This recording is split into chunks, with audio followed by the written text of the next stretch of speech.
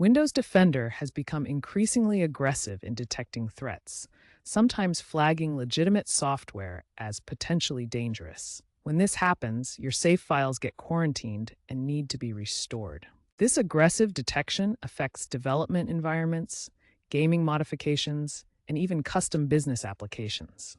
These false positives can disrupt your workflow and delete important files. When Windows Defender quarantines a safe file, you need to restore it from the Windows Security interface. First, open Windows Security and click on Virus and Threat Protection. In the Virus and Threat Protection section, look for the Protection History link.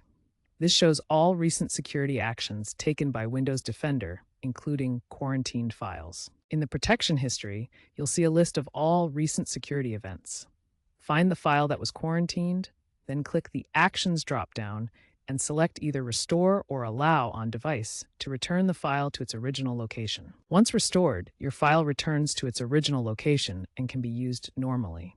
However, Windows Defender might quarantine it again unless you create an exclusion, which we'll cover in the next section. To prevent Windows Defender from repeatedly deleting your safe files, you need to create exclusions. These tell Windows Defender to skip scanning specific files, folders, or processes that you trust. First, navigate to Windows Security. You can find this by searching for Windows Security in the Start menu or by clicking the shield icon in your system tray. Click on Virus and Threat Protection from the main menu. This opens the antivirus settings where you can manage how Windows Defender protects your system. In the Virus and Threat Protection section, look for Manage Settings under Virus and Threat Protection Settings. Then click on Add or Remove Exclusions to access the Exclusion Management interface. Windows Defender offers 4 types of exclusions. You can exclude specific files, entire folders, running processes, or file types. Each serves different purposes depending on your needs. For software developers, common exclusions include development directories.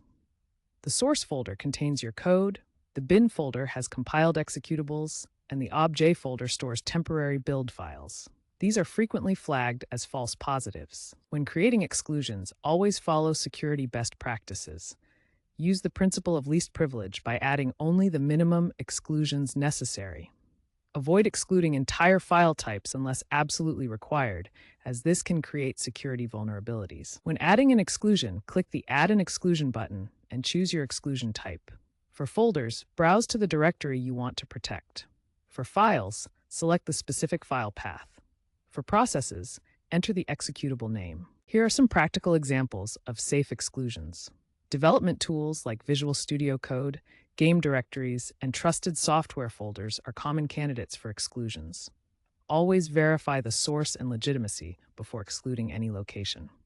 Remember to regularly monitor your exclusions. Remove any that are no longer needed and document the reason for each exclusion. This maintains the balance between security protection and operational efficiency that your system needs.